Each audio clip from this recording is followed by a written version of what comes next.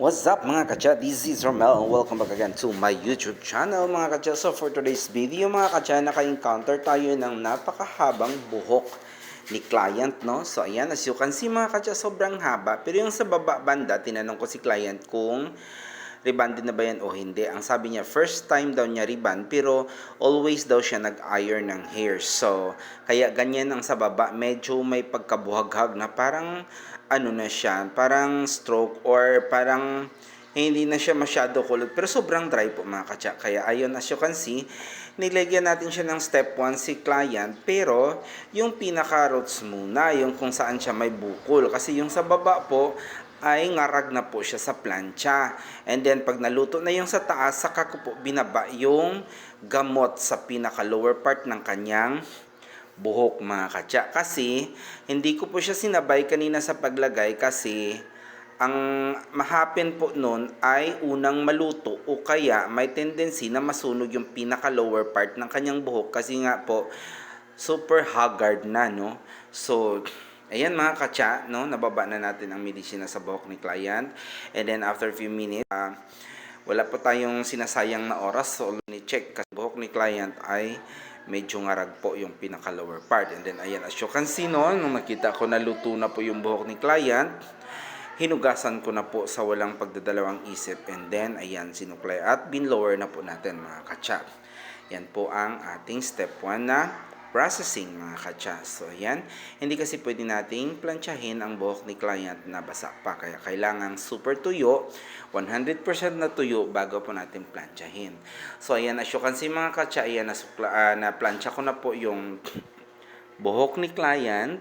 And then, nasa kabilang side na po ako nagplancha. Kinat ko na lang po yung video kanina mga katsa kasi sobrang tagal ko pong natapos sa likurang banda ng buhok ni client mga katsa.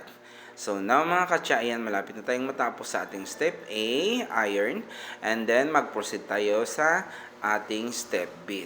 After nyan mga katsa, pero ayan, inuulit ko po mga katsa, hindi ko po sabay nilagyan ng gamot ang buhok ni client.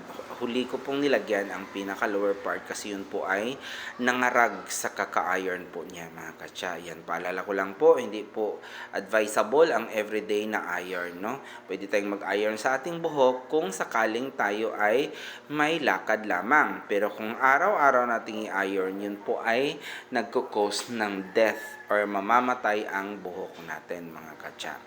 So, as you can see mga katsa, naglagay na po tayo ng step 2 natin sa ating gamot mga katsa. Anyway, yung gamot ko pong ginamit dyan mga katsa ay Verdon na ginger mga katsa. Hindi po siya strawberry kasi naubusan tayo ng stocks. And then, ayun na po, as you can see, nalagyan na natin ng step 2. And then, after 25 minutes, hinugasan ko na po ang buhok ni client. And, ayan, sinusuklay ko na po mga katsa. Yan po ang ating processing sa ating step 2 or step B mga katsa, no? So, ayan. Sa part na yan mga katsa ay magbo-blow dry na tayo. And then after blow dry, so ayan, as you can see mga katsa, bagsak naman po yung buhok ni client. Kahit hindi na po planchahin, no?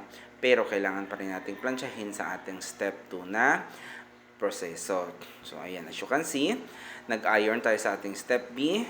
Last iron na po na siya or last part na po yan siya ng ating rebonding mga katsa. So, ayan, panoorin nyo hanggang dulo para makikita nyo ang kaibahan, no? Or ang before and after. Sobrang bagsak po ng buhok ni client sa ating gamot na A&W strawberry. Ay, what I mean is, Verdon ginger po nga pala. Kasi naubusan tayo ng A&W strawberry hair rebonding product. So, ayan po yung ating Verdon ginger na resulta mga katsa. So, as you can see, side by side sa likod, and then hindi na po masyadong mahirap i-iron kasi nga po tuwid na ang buhok ni client. And then sa part na yan, ginupitan ko kasi ang daming split ends mga katsa, no? So, yan po ang ating Verdon na ginger flavor mga katsa. Maraming flavor kasi yung Verdon. May ginger, may papaya, at saka may milk yata yun. Basta, tatlong flavor yan siya sa pagkakaalam ko. So, ayan na po ang ating hair rebonding for today's video. Kinating ko po yung pinakababa kasi hindi po pantay ang pagkating nila mga katsa. So, ayan na po ang resulta. O, di ba? Sobrang soft, sobrang shine, napakakintab, at sobrang lambot ng resulta sa buhok ni client, mga katsa. So, ayan na po.